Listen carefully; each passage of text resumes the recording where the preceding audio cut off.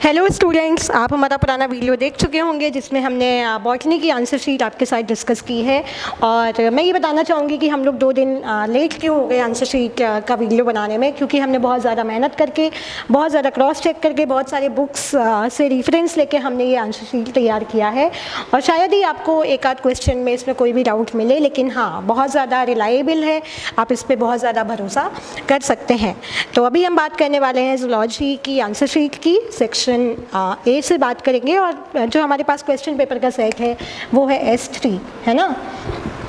और इसके अलावा इसमें हम 151 से लेके 185 क्वेश्चन तक आपको एक ही वीडियो में देखने को मिल जाएंगे।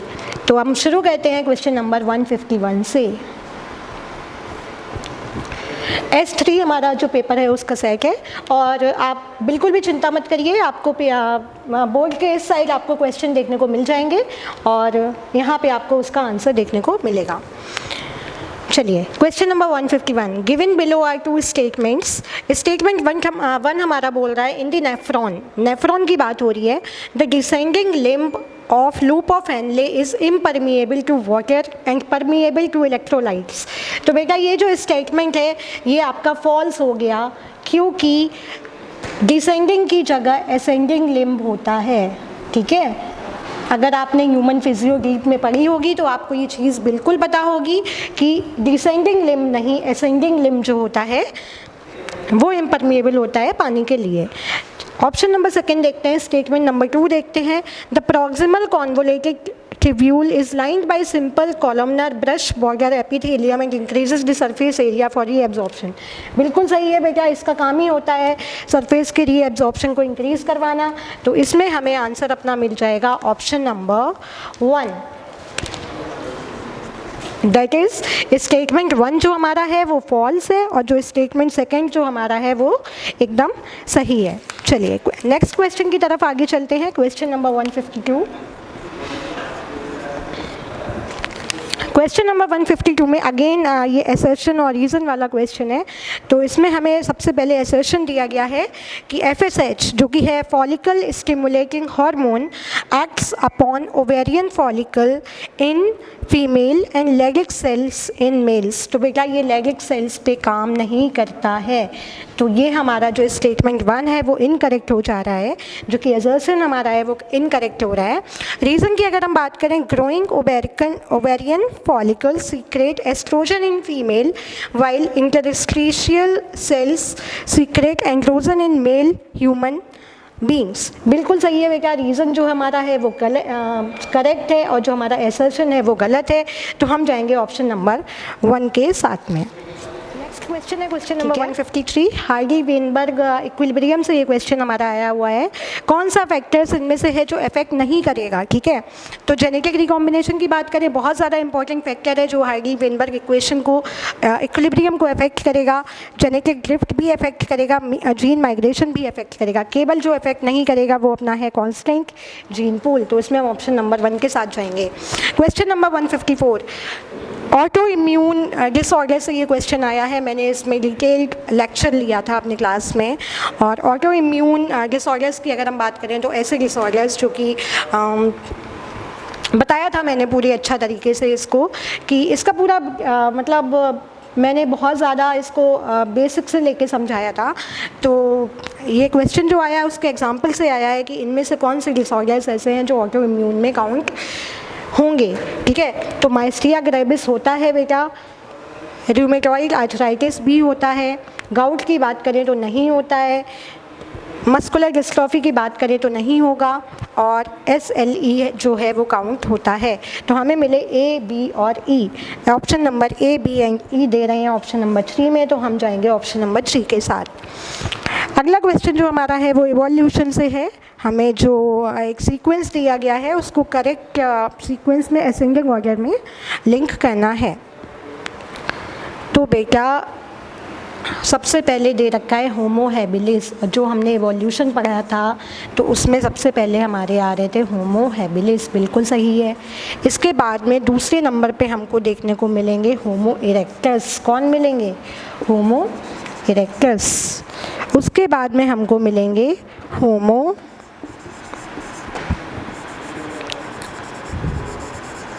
निएंडरथैलेंस, ठीक है। और लास्ट में हमको मिलेंगे होमो सैपियंस। होमो सैपियंस यानी कि जो नॉर्मल अभी जो हम लोग हैं, आजकल जो ह्यूमन बींग्स हैं, उनको हम बोलेंगे होमो सैपियंस। तो ये बेटा क्रम है, इसी के आधार पे हम ऑप्शन अपना निकाल लेते हैं, ऑप्शन नंबर 1, ठीक है। नेक्स्ट क्वेश्चन पे चलते हैं, क्वेश्चन नंबर 156। दो स्टेटमेंट्स दे रखे हैं, हमको बताना है कौन सा सही है, कौन सा गलत है, कौन सा गलत है, कौन सा सही है। तो स्टेटमेंट 1 जो दे रखा है, द प्रेजेंस और absence of hymen is not a reliable indicator of virginity. यहाँ पे बात हो रही है हाइमन जो लेयर होती है, जो फीमेल्स की वजाइना में पाई जाती है, जो कि क्वाइटस के ड्यूरिंग ब्रेक होती है, ऐसा माना जाता था पहले। लेकिन अब अगर हम मान के चलें तो जो गर्ल्स साइकिलिंग करती हैं, जो हॉर्स राइडिंग करती हैं, उनकी भी हाइमन जो है वो ब्रेक होने के चांसेस होते हैं। तो पहला ऑप्शन जो दे रखा है कि द प्रेजेंस और absence of hymen is not a reliable indicator of virginity. तो अगर हम माने तो आजकल क्या होता है कि हॉर्स राइडिंग और साइकिलिंग से भी हाइमन जो है वो ब्रेक हो जाती है, तो हम हाइमन को वर्जिनिटी का कोई भी इंडिकेटर नहीं मानते हैं। तो ऑप्शन 1 तो हमारा करेक्ट दिख रहा है, मतलब हमारा स्टेटमेंट 1 जो है वो पूरी तरीके से करेक्ट है। अब हम चलते हैं स्टेटमेंट 2 की तरफ। The hymen is torn during the first coitus only. बेटा बिल्कुल गलत है। जब हम पहला क्वाइटस करते हैं या पहला कॉपुलेशन होता है, ज़रूरी नहीं है कि हाइमन तब ही ब्रेक हो, हाइमन पहले भी ब्रेक हो सकती है। देखा गया है जो गर्ल्स साइकिलिंग वगैरह ज़्यादा कर रही हैं, उनमें हाइमन की प्रेजेंस नहीं होती है। तो स्टेटमेंट 2 जो हमारा है वो इनकरेक्ट है। इसी के बेसिस पे हम ऑप्शन 4 के साथ में चले जाते हैं। समझ में आया इतना? अब आगे चलते हैं, क्वेश्चन नंबर 157।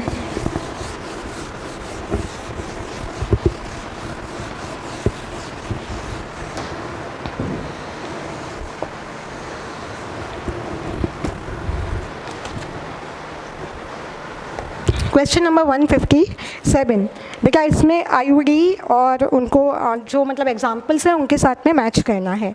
तो नॉन मेडिकेटेड आईयूडी में अपना आएगा Lippes loop, non medicated IUD में आएगा लिपिस लूप, है ना।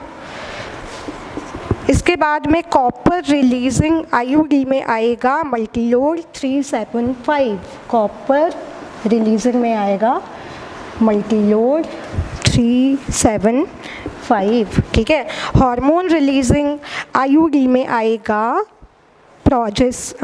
हार्मोन रिलीजिंग में आएगा LNG20 और इम्प्लांट्स में आएगा प्रोजेस्टोजेंस, ठीक है। तो इसी के आधार पे हम ऑप्शन निकाल लेते हैं। ऑप्शन 1 जो हमारा है वो करेक्ट आंसर है। क्वेश्चन नंबर 151, सॉरी, अरे यार 157 हो चुका है। Question number 158, sorry for the numbering में थोड़ा सा मिस्टेक हो गया था, ये 157 था, ये 158 है। कंसीडर दी फॉलोइंग स्टेटमेंट्स, ठीक है। हमें कुछ स्टेटमेंट्स दे गए हैं और हमको उनको कंसीडर करना है। पहला ऑप्शन दे रखा है एनिलेट्स आर ट्रू सीलोमेट, बिल्कुल सही बात है, एनिलेट्स जो है वो हमारे ट्रू सीलोमेट्स हैं। दूसरा ऑप्शन दे रखा है पॉरीफेरन्स आर स्यूडोसीलोमेट, बिल्कुल गलत है, ये तो एसिलोमेट्स होते हैं। एस्केलमेंटीज आर एसिलोमेट्स, बिल्कुल गलत है। प्लेटीहेलमिंटीज आर स्यूडोसीलोमेट्स, नहीं होते हैं, प्लेटीहेलमिंटीज तो स्यूडोसीलोमेट्स नहीं होते हैं, ठीक है। तो इसमें हम जाएंगे option A only, that is option number 3, ठीक है। अब चलते हैं नेक्स्ट क्वेश्चन की तरफ, जो कि है क्वेश्चन नंबर 159, ठीक है।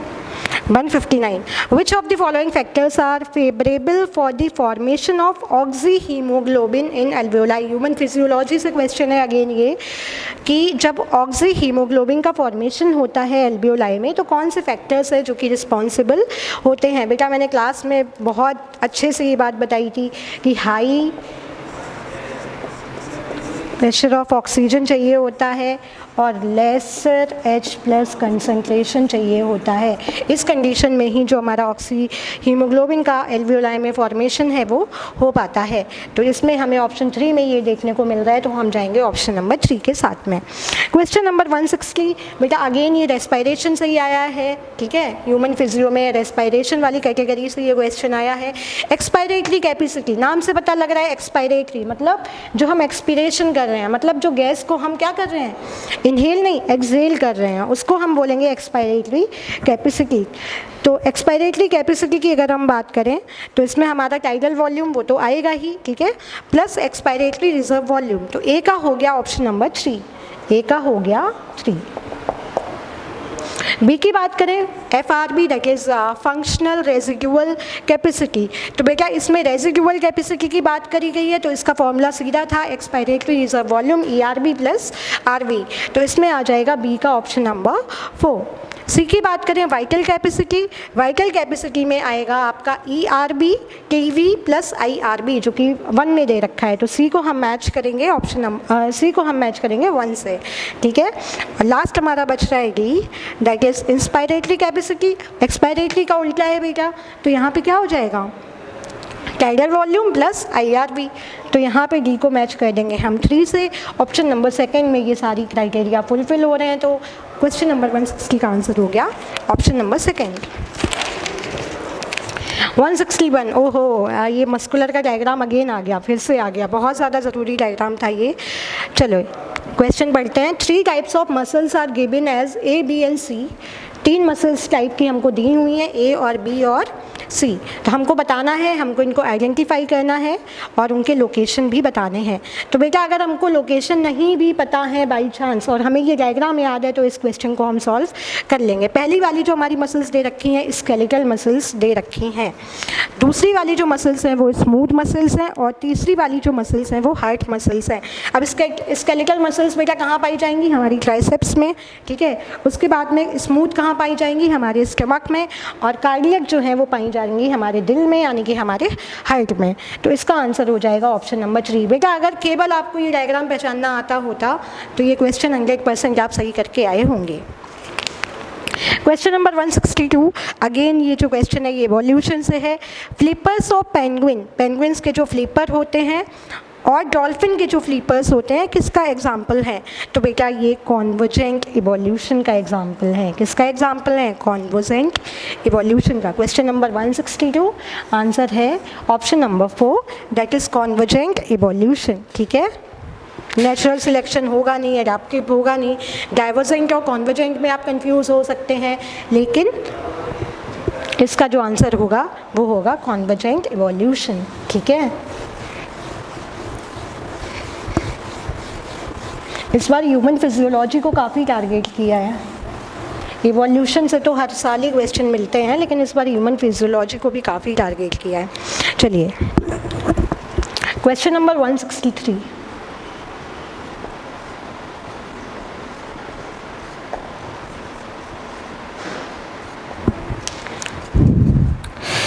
ओके टाइफाइड वाला तो मैं बहुत अच्छे से बता सकती हूँ क्योंकि अभी मैं खुद ही उससे पीड़ित हो चुकी हूँ। चलिए इसको लिस्ट 1 को लिस्ट 2 से हमको मैच करना है।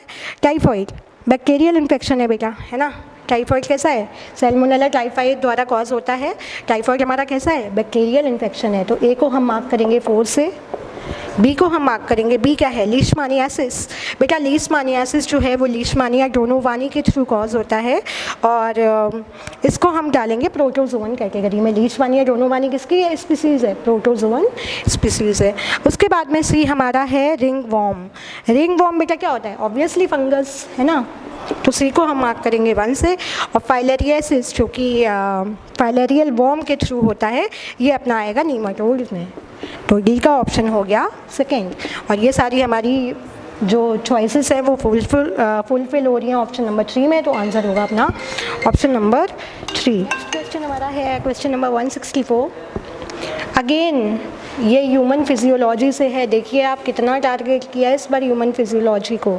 Following are the stages of pathway for the conduction of an action potential through the heart, ठीक है।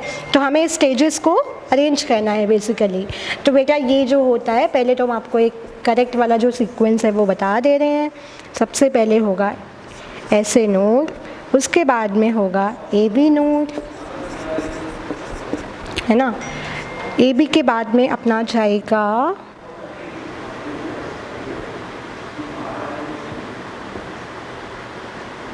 ए बी बंडल्स में, ए बी बंडल्स के बाद ये जाएगा बंडल ब्रांचेस में, और देन ये फाइनली हमारा पहुंचेगा परकिंजे फाइबर्स में, ठीक है। तो इसका जो करेक्ट सीक्वेंस होगा ई सी ए डी बी, ये ऑप्शन नंबर सेकेंड में दे रखा है, तो इसका आंसर हमारा हो गया option number second. Question number 165, again matching we have to do, match करना है हमको लिस्ट वन को लिस्ट सेकेंड से। चलिए, लाइपेज, लाइपेज में कौन सा बॉन्ड होता है? लाइपेज का है बेटा फैट है, कौन सा बॉन्ड होगा? ईस्टर बॉन्ड होगा। न्यूक्लियस की बात करें, न्यूक्लियस में कौन सा बॉन्ड होगा? फॉस्फोडाइएस्टर बॉन्ड होगा। प्रोटीएज मानी कि प्रोटीन, कौन सा बॉन्ड होगा? पेप्टाइड बॉन्ड होगा।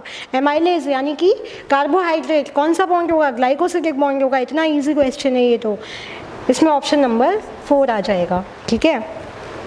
क्वेश्चन नंबर 166, बायोरिएक्टर्स के बारे में पूछा गया है। कौन सा स्टेटमेंट इनमें बायोरिएक्टर्स के बारे में गलत है?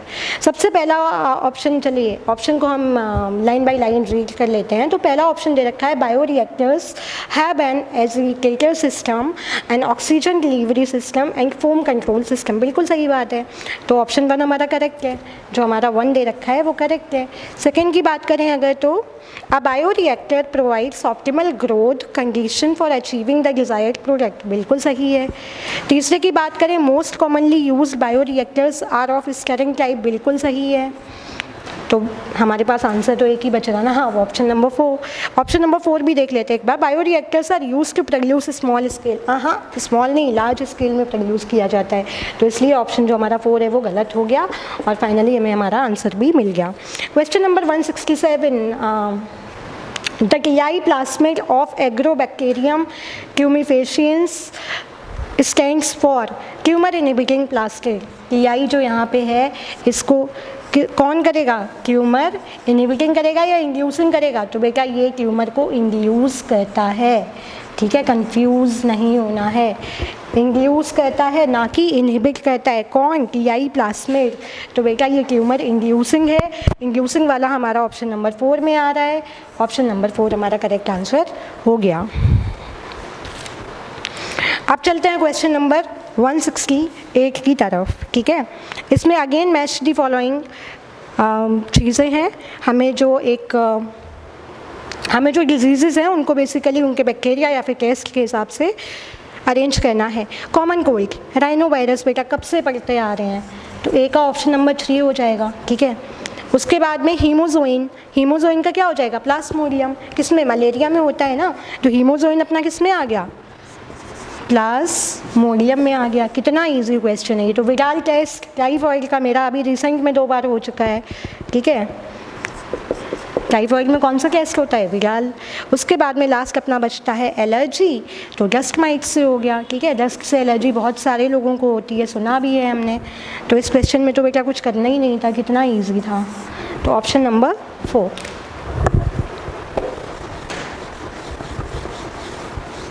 बहुत ज़्यादा डायरेक्ट क्वेश्चन है इस बार, बहुत ज़्यादा।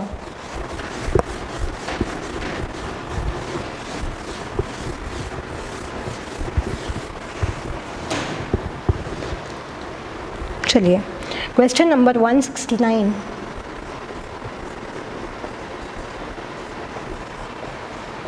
एक सेकेंड में नंबरिंग कर लूँ।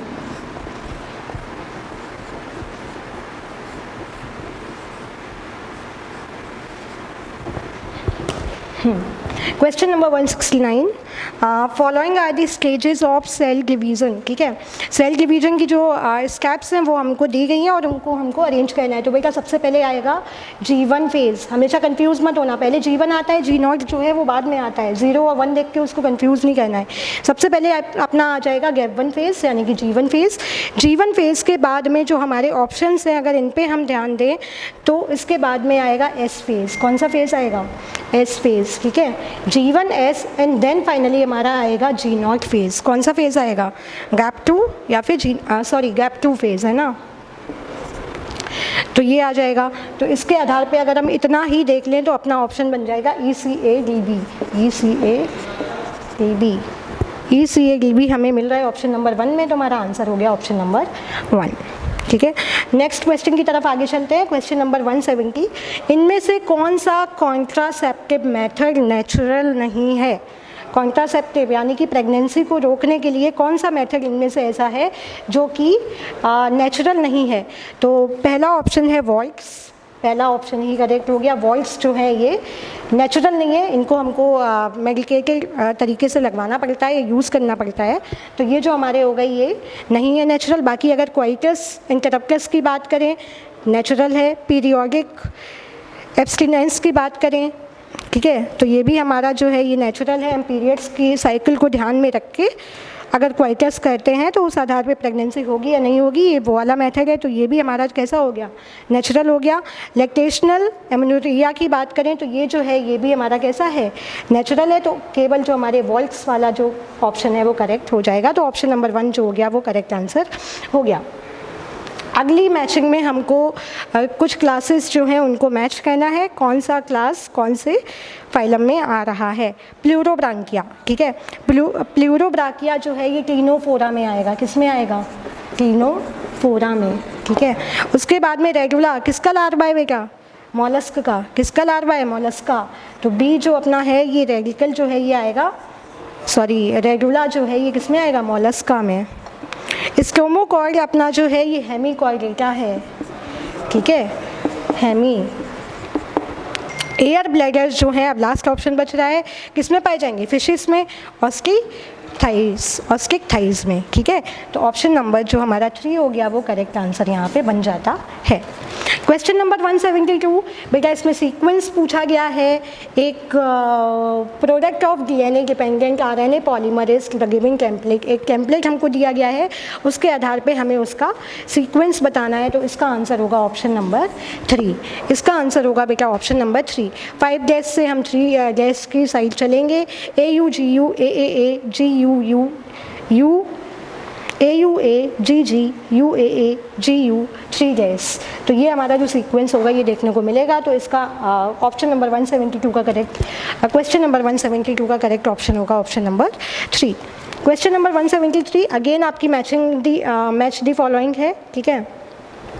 इसमें आपको क्राई IAB जीन्स और क्राई IAC जीन्स जो हैं इन पे ही फोकस करना है और आपका क्वेश्चन सॉल्व हो जाना है। क्राई IAB और क्राई IAC। अल्फ़ा 1 एंटीट्रिप्सिन की बेटा बात करें तो ये हमारा ADA डेफिशिएंसी में काम करेगा। क्राई IAB जो हमारा है ये कॉर्न बोरर में काम करेगा। क्राई IAC जो हमारा है ये काम करेगा कॉटन बॉलबॉम में। और फाइनली जो एंजाइम रिप्लेसमेंट थेरेपी है वो हम करते हैं एम्फाइजेमा में, ठीक है। तो ये ऑप्शन हमको देखने को मिल रहे हैं ऑप्शन नंबर 1 में। तो इसका करेक्ट आंसर हो जाएगा ऑप्शन नंबर 1। अगला क्वेश्चन अगेन ह्यूमन रिप्रोडक्शन से है। Which of the following is not a component of fallopian tube? Fallopian tube का हिस्सा कौन सा नहीं है? ये जो फीमेल डायग्राम हम बनाते हैं ना, ठीक है, इसमें कौन सा डायग्राम है, कौन सा स्ट्रक्चर है जो इसका पार्ट नहीं है? तो अगर हम इसकी बात करें, किसका पूछा गया है? फैलोपियन ट्यूब के बारे में, इस वाले हिस्से का पूछा गया है, ठीक है। फैलोपियन ट्यूब के बारे में पूछा गया है। एम्पुला होता है, ठीक है, एक थमस भी होता है, इनफंडिबुलम भी होता है, ठीक है। क्या नहीं होता है? Uterine fungus. यूट्राइन फंगस जो है वो यूट्रस में होगा कि यहाँ होगा? यूट्रस में होगा ना। तो इसका आंसर हो जाएगा यूट्राइन फंगस जो कि है ऑप्शन नंबर 2, ठीक है।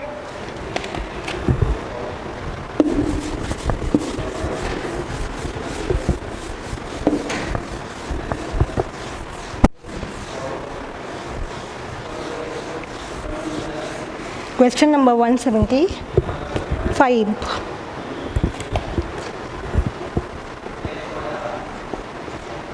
एक सेकेंड, बस मैं नंबरिंग कर लूँ।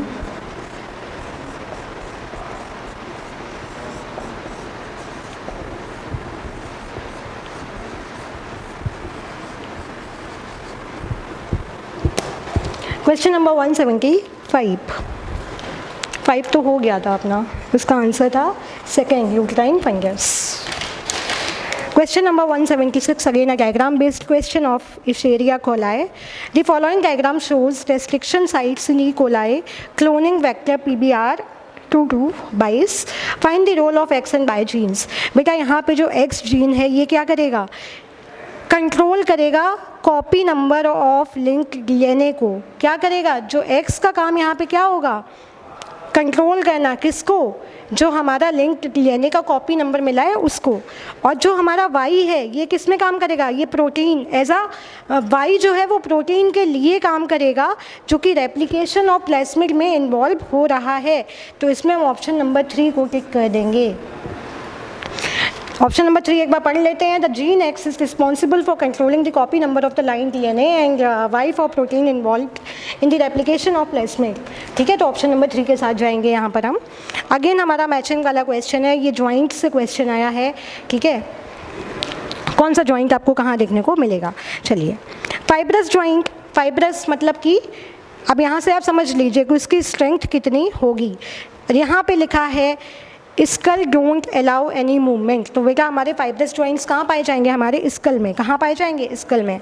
Cartilaginous joint, adjacent vertebrae limited movement, कैसा मूवमेंट होता है, बहुत कम मूवमेंट अलाउ करते हैं कार्टिलेजिनस ज्वाइंट।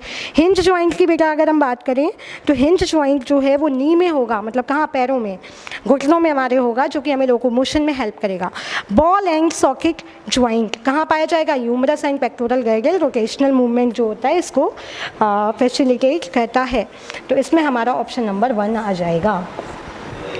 ठीक है, चलिए। Which one of the following is not a steroid hormone, बेटा ये क्वेश्चन तो नीट में आना ही नहीं चाहिए था, ये तो 9th या 8th लेवल का क्वेश्चन है। इनमें से कौन सा स्टेरॉइड हार्मोन नहीं है। ग्लूकागॉन, बेटा सबको पता है, कब से पढ़ते आ रहे हैं। ग्लूकागॉन, इंसुलिन, इन सब का काम डायबिटीज़ में होता है, ये कोई भी स्टेरॉइड हार्मोन्स नहीं है। जबकि कॉर्टिसोल, टेस्टोस्टेरोन और प्रोजेस्टेरोन तीनों स्टेरॉइड हार्मोन है। तो इसका आंसर हमारा हो जाएगा ग्लूकागॉन। ठीक है, क्वेश्चन नंबर 179, ये देखिए क्वेश्चन रिपीट हो रहा है यहाँ पे। जो हमें कार्ट व्हील पैटर्न मिला था ना, वो वहाँ पर एक और उसमें भी आया था ये शायद। ठीक है, चलिए मैच हमें करना है लिस्ट 1 को लिस्ट 2 से। एक्सोनीम, एक्सोनीम बेटा कहाँ पाया जाएगा, कहाँ होगा, सिलिया और फ्लैजिला, सिलिया और एंड फ्लैजिला। ए को हम मैच करेंगे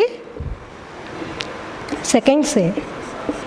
बी, कार्ट व्हील पैटर्न कहाँ पाया जा रहा है, सेंट्रियोल में बेटा, है ना, बी सेंट्रियोल। बेटा ये क्वेश्चन आपका बॉटनी में भी बना है और कार्ट व्हील पैटर्न के आधार पे ये क्वेश्चन बना था।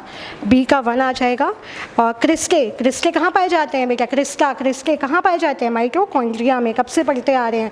और क्रोमोसोम में क्या होता है, सैटेलाइट का फॉर्मेशन होता है। ठीक है, तो इसका हमारा ऑप्शन नंबर 1 करेक्ट हो जाना है। क्वेश्चन नंबर 118, बेटा ये ड्रग्स से रिलेटेड क्वेश्चन है। ठीक है, और आजकल ड्रग्स तो यूथ का फेवरेट टॉपिक है, उसके बारे में हम काफ़ी वेब सीरीज़ और सारी मूवीज़ वगैरह देखे हुए हैं, तो हमको पता होना चाहिए इसका आंसर भी।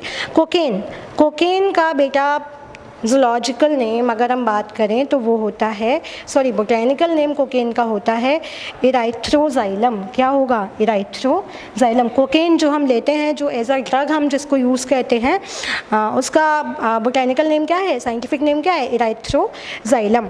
उसके बाद में हीरोइन, हीरोइन भी अगेन एक तरीके का ड्रग है। ठीक है, और इसका साइंटिफिक नेम है पेपावर सोमनिफेरम। तीसरा ऑप्शन हमारा है मॉर्फिन। मॉर्फिन तो बेटा ये सर्जरी जो होती है ना, सर्जरीज़ में जो बहुत ज़्यादा पेनफुल सर्जरीज़ होती हैं उनमें हम मॉर्फिन को यूज़ करते हैं। ठीक है, तो effective sedative in surgery. Marijuana, marijuana is common name of cannabis sativa. ठीक है, तो इसका आंसर अपना हो जाएगा ऑप्शन नंबर 1। क्लियर, आगे बढ़ते हैं।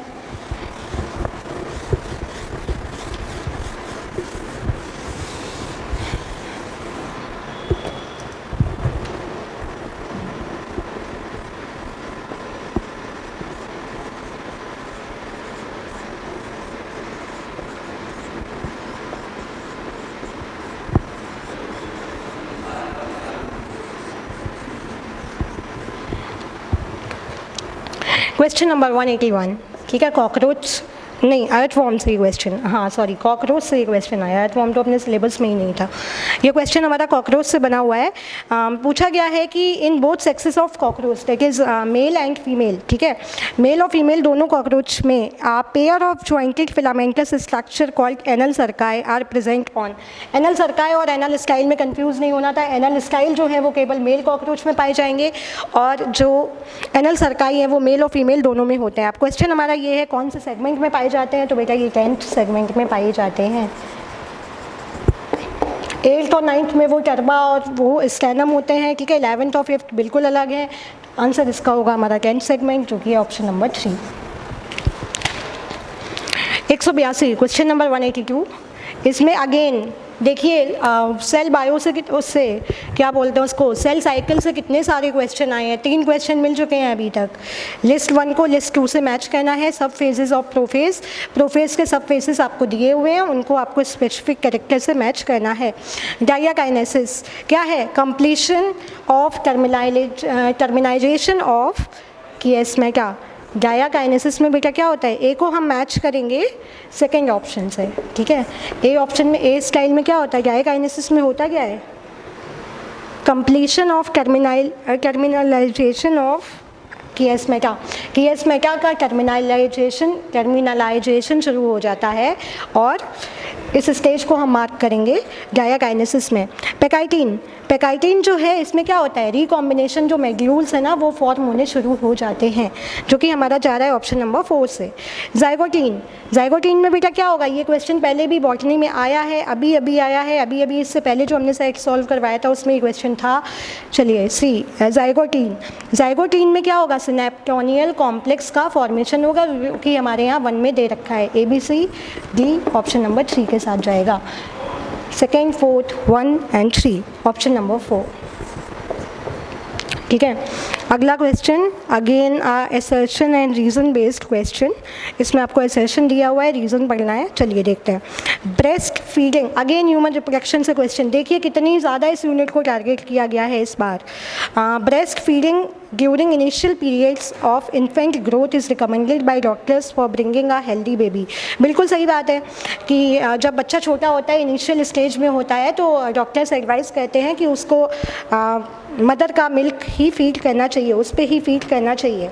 उसके बाद में उसका रीज़न दे रखा है, colostrum contains several antibodies absolutely essential to develop resistance for the new born baby. ऐसा क्यों होता है, क्योंकि मदर के मिल्क में कोलेस्ट्रम पाया जाएगा और ये जो कोलेस्ट्रम है ये बेबी की एंटीबॉडी को इंक्रीज़ कर देता है। तो यहाँ पे ए और आर दोनों सच हैं और आर बिल्कुल करेक्ट एक्सप्लेनेशन है ए का, तो ऑप्शन नंबर 2 के साथ में जाएंगे। Both A and R are correct and R is the correct explanation of A, ठीक है। अगेन जो हमारा अगला क्वेश्चन है ये बीमारियों से रिलेटेड आया है, ठीक है, जेनेटिक बीमारियों से रिलेटेड आया है। कौन सा जीन, कौन सा क्रोमोसोम इफेक्ट होगा, इस पे आया है। डाउन सिंड्रोम किसकी बेटा है, 21st क्रोमोसोम में जब अल्टरेशन आ जाता है तो हमारा डाउन सिंड्रोम कॉज होता है। Alpha thalassemia, alpha thalassemia 16th chromosome पे है, किस पे है, इसका जीन कौन से क्रोमोसोम पे है, 16th क्रोमोसोम पे है। बीटा थैलेसीमिया, ठीक है, इसका जीन कहाँ है, 11th पे है, 11th क्रोमोसोम पे है। और लास्ट हमारा बच रहा है क्लाइनेफेल्टर्स सिंड्रोम। ये जो अपना X क्रोमोसोम की कमी की, उस X क्रोमोसोम में अल्टरेशन की वजह से क्लाइनेफेल्टर सिंड्रोम जो है वो होता है। तो जो हमारी मैचिंग के आधार पे इसका आंसर होगा ऑप्शन नंबर 4 हो जाएगा। अगला क्वेश्चन जो है वो ब्रेन से है। अगेन ह्यूमन फिजियोलॉजी, 7 से 8 क्वेश्चन हो चुके हैं ह्यूमन फिजियो से, ठीक है। Match list 1 with list second, list 1 को मैच करना है लिस्ट नंबर 2 से। सबसे पहले दे रखा है अपना पॉन्स, ठीक है। पॉन्स की बात करें तो क्या करेगा, पॉन्स का काम होता है कनेक्शन का। किसका काम होगा, ब्रेन के जो डिफरेंट पार्ट्स हैं उनको आपस में कनेक्ट करेगा कौन, पॉन्स। तो पॉन्स का कनेक्शन दे रखा है, मतलब ए का सेकंड हो जाएगा। बी अपना है हाइपोथैलेमस, ठीक है, हाइपोथैलेमस, हाइपोथैलेमस, ओके। हाइपोथैलेमस के पास बेटा सिक्रेटरी सेल्स होती हैं। Neurosecretory cells. ये हमारा ऑप्शन नंबर हाइपोथैलेमस का दे रखा है ऑप्शन नंबर 4 में, तो बी का हो जाएगा 4। सी अपना मेडुला ओब्लंगेटा क्या काम करेगा? सेंसेस करे स्मेल वगैरह को मैनिफेस्ट करता है मेडुला, है ना। तो इसका आंसर हो जाएगा रेस्पिरेशन और इन सब चीज़ों को कंट्रोल करना। रेस्पिरेशन का सेंटर कौन है अपने ब्रेन में? मेडुला ओब्लंगेटा, ठीक है। तो ये रेस्पिरेशन को कंट्रोल करेगा, तो मेडुला को हम मार्क कर देंगे सेकंड से। सी का हो गया सेकंड, डी का बच गया 1, ठीक है। सेरेब्रम क्या काम करेगा? बैलेंस को और पोस्चर को मेंटेन करने में कौन हेल्प करता है? सेरेब्रम, ठीक है। चलिए ऑप्शन नंबर 3 करेक्ट आंसर हो जाएगा। Question number 186, as per ABO blood grouping system, the blood group of father is B positive, mother is A positive and child is O positive.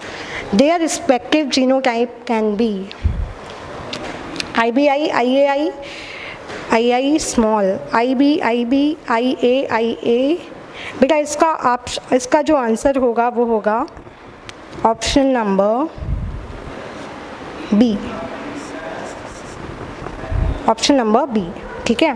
यानी कि इसमें ऑप्शन नहीं, अच्छा एक second, D and E, A, C and B, हाँ इसका answer होगा option number 4, that is B and C, ठीक है। चलिए क्वेश्चन नंबर 187, इसमें अगेन हमको मैच करना है, और पहला जो है मैचिंग के लिए टर्म पहला जो दे रखा है वो है यूनिसेलुलर ग्लैंडुलर एपिथेलियम। कहाँ पाए जाएंगे बेटा? Goblet cell of alimentary canal, goblet cells में पाए जाएंगे। तो ए को हम मार्क कर देंगे 3 से। कंपाउंड एपिथेलियम बेटा बक्कल कैविटी हमारी जो होती है इसके सरफेस पे पाए जाते हैं, तो बी को हम मैच करेंगे 4 से। Multi cellular glandular epithelium salivary glands में पाए जाते हैं, हमारे थूक में जो ग्लैंड मिलता है उसमें पाए जाएंगे, तो सी को हम मार्क करेंगे 1 से। एंड देन फाइनली डी अपना हो गया सेकेंड, और ये हमारे में जा रहा है ऑप्शन नंबर 4 से, तो इसका आंसर हो जाएगा ऑप्शन नंबर 4।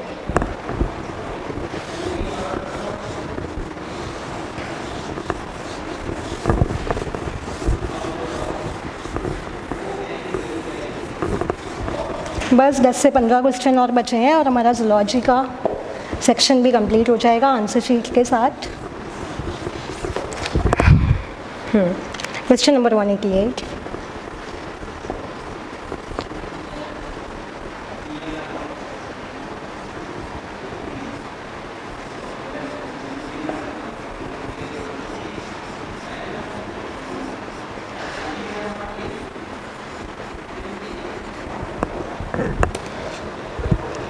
ये स्पर्मेटोजेनेसिस से क्वेश्चन है, अगेन ह्यूमन रिप्रोडक्शन, ठीक है।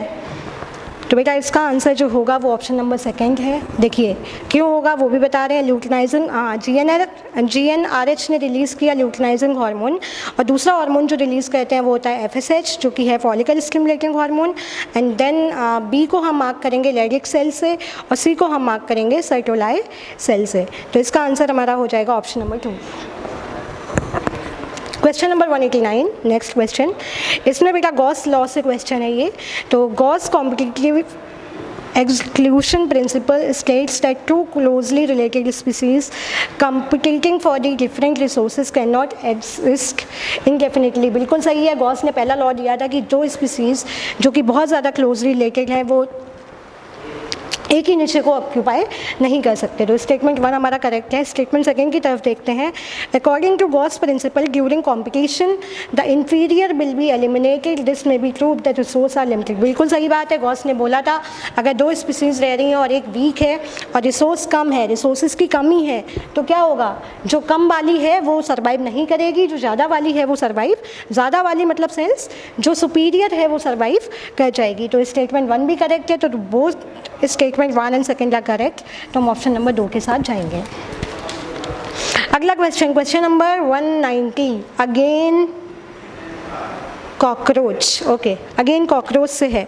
बेटा कॉकरोच में बताया था क्रॉप का काम क्या करेगा, हमारे में जो स्टमक का काम होता है वो इनके यहाँ क्रॉप का काम होता है। क्रॉप में क्या होगा, फूड का स्टोर होगा। तो the structure used for storing of food crop हो गया। तो ए को हम मार्क कर देंगे, ए को हम मैच कर देंगे 4 से, ठीक है। रिंग ऑफ 6 से 8 ब्लाइंड ट्यूब्यूल्स का जो जंक्शन का रिंग है जो कि फोरगट और मिडगट के बीच में पाया जा रहा है, वो बेटा उनको हम बोलेंगे गैस्ट्रिक सीके। क्या बोलेंगे, गैस्ट्रिक सीके। बी को हम सेकेंड से मार्क कर देंगे। Option number C, matching number C, ring of 100 से 150 क्या पाए जाते हैं, मालपीजियन ट्यूब्यूल। तो सी को हम मार्क कर देंगे 3 से, या और डी को हम मार्क करेंगे 1 से। A4, B2, C3, D1, answer हमारा हो जाएगा ऑप्शन नंबर 2, ठीक है। क्वेश्चन नंबर 191, एरा से क्वेश्चन है, कौन से ऑर्गेनिज्म कौन से एरा को बिलोंग करते हैं, मीजोजॉइक एरा। मीजोजॉइक एरा जो है वो बर्ड्स और रेप्टाइल का है, ठीक है। तो ए को हम मैच करेंगे ऑप्शन नंबर 3 से। प्रोटेरोजॉइक जो एरा है बेटा वो है लोअर इनवर्टिब्रेट्स का, इसको हम 1 से मैच कर देंगे। सीनोजॉइक एरा मैमल्स का है, किसका है, हम लोगों का है, मैमल्स का है, ठीक है। और पैलियोजॉइक एरा, पैलियोजॉइक जो है वो फिश और एम्फीबिया का है। तो हमें मिल गया हमारा ऑप्शन नंबर 1 करेक्ट आंसर। चलिए अगेन ह्यूमन फिजियोलॉजी से फिर एक और क्वेश्चन, जिसमें हमसे जो हार्ट की वेव्स होती हैं, ठीक है, सबने देखा होगा कोई भी किसी को भी हार्ट अटैक या कुछ भी आता है तो उसका जो हम ECG करवाते हैं उसमें हम कुछ ऐसी करके वेव्स देखते हैं, है ना। तो ये वाली वेव से रिलेटेड हमारे पास क्वेश्चन आया है। तो पहली है पी वेव। पी वेव का बेटा काम क्या होगा, depolarization of atria. P wave किसको रिप्रेजेंट करती है, डीपोलराइजेशन ऑफ एट्रियम, ऑरिकल के, है ना। तो पी वेव अपना किस में आ जाएगा, 3 में, मतलब 1 को हम मैच करेंगे 3 से। QRS complex, depolarization of ventricles. QRS जो तीनों होते हैं किस में काम करते हैं, वेंट्रिकल्स में, ठीक है। तो QRS किससे करेंगे बेटा, वेंट्रिकल से, डीपोलराइजेशन ऑफ वेंट्रिकल्स। बी का हो गया सेकेंड, या सी। टी वेव किसका है, रीपोलराइजेशन ऑफ, अभी तक डीपोलराइजेशन की बात हो रही थी, यहाँ हम कहाँ पहुँच गए, रीपोलराइजेशन में। सी का हो गया 4 एंड देन डी का बचता है ऑप्शन नंबर 1 और हमारा आंसर हो गया फाइनली ऑप्शन नंबर 3, ठीक है। क्वेश्चन नंबर 193, इसमें थोड़ा सा कन्फ्यूज़न मुझे भी हुआ था क्योंकि बहुत सारे ऑप्शन इसमें करेक्ट हैं लेकिन हमारे ऑप्शन में दे नहीं रखे हैं। चलिए देखते हैं। The following are the statements about non chordates. Non chordates मतलब नॉन कॉर्डेट्स जिनके पास नोटोकॉर्ड नहीं है। पहला इसमें ऑप्शन दे रखा है pharynx is perforated bye Gill slit, ठीक है। तो ये तो बेटा कॉर्डेट करेक्टर है, एक को तो हम एलिमिनेट कर ही देंगे। नोटोकॉर्ड इज एब्सेंट, बिल्कुल सही है। नॉन कॉर्डेट्स तभी तो बोल रहे हैं कि नोटोकॉर्ड एब्सेंट है। Central nervous system is dorsal, सही है कि गलत है, गलत है, वेंट्रल में प्रेजेंट होता है, ठीक है। उसके बाद में heart is dorsal if present, तो बेटा डॉर्सल में तो हम लोगों के होता है, मतलब कॉर्डेट्स में होता है। नॉन कॉर्डेट्स में कभी भी हार्ट डॉर्सल नहीं होता है, वेंट्रल होता है, ठीक है।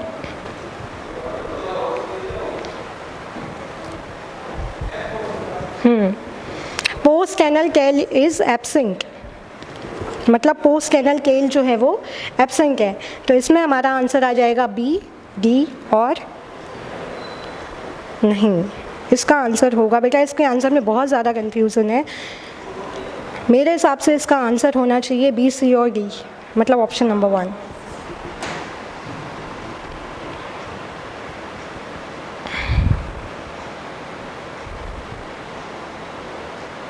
लेकिन डी गलत है, यहाँ पे कोई भी ऑप्शन मैच हो ही नहीं रहा है इसमें। अगर हम बी और सी को सही मान लें तो इस क्वेश्चन को छोड़ देते हैं फ़िलहाल, ठीक है। क्योंकि अगर हम बी और सी को सही मान लें तो डी गलत है, क्योंकि डी हार्ट डॉर्सली प्रेजेंट तो हम लोगों में होता है, नॉन कॉर्डेट्स में नहीं होता है, ठीक है। तो इस क्वेश्चन को अभी हम छोड़ देते हैं फ़िलहाल।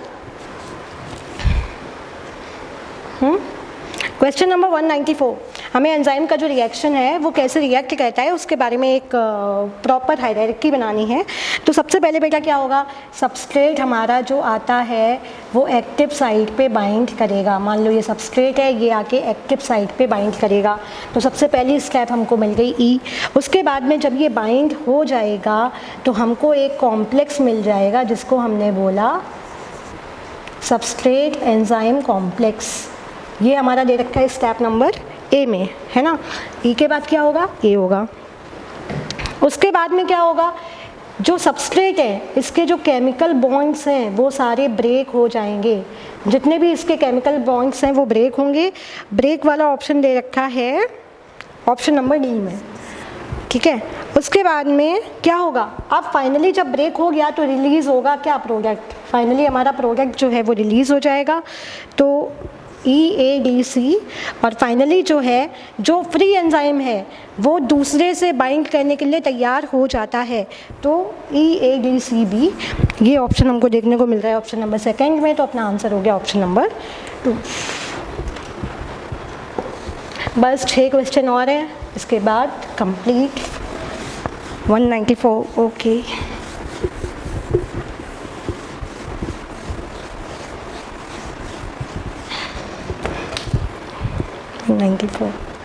क्वेश्चन 195।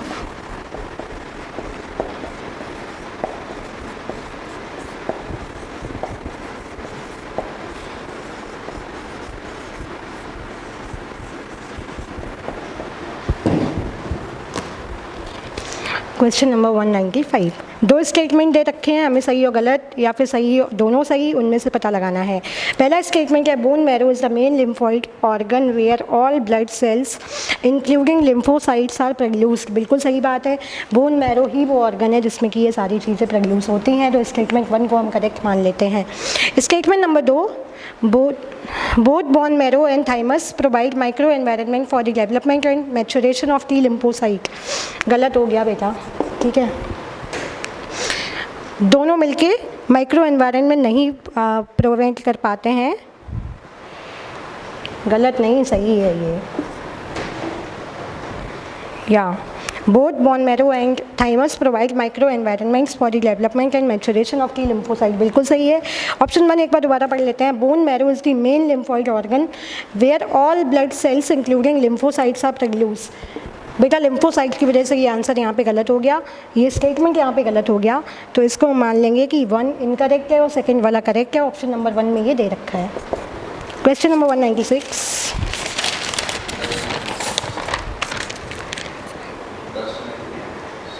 क्वेश्चन नंबर 196, इसमें अगेन हमको मैचिंग करना है RNA पॉलीमरेज 3, ठीक है। RNA पॉलीमरेज 3 ए को हम मैच करेंगे ऑप्शन नंबर 4 से, SNRNA और tRNA से। बी टर्मिनेशन ऑफ ट्रांसक्रिप्शन, इसको हम मार्क करेंगे रो फैक्टर से। सी देखते हैं, सी को हम मार्क करेंगे स्प्लाइसिंग ऑफ एक्सॉन को SNRNA से।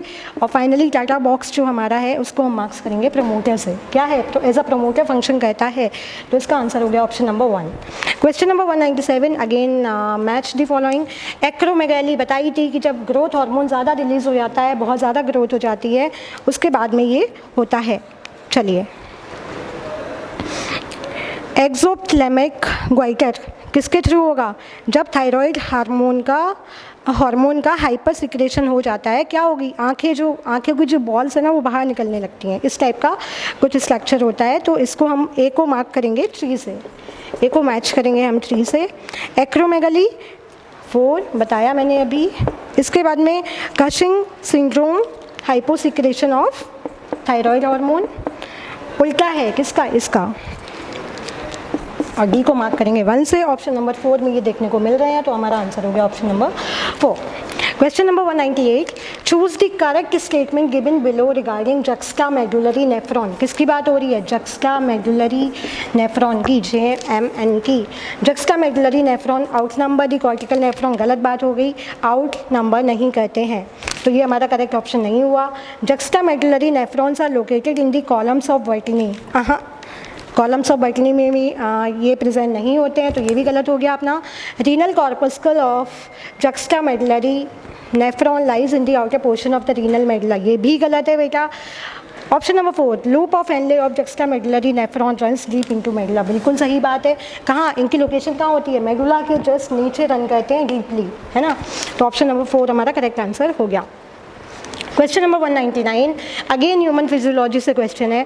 The cerebral hemisphere are connected by nerve track known as corpus callosum, ठीक है, गलत हो गया, नहीं होते हैं कॉर्पस कैलोसम।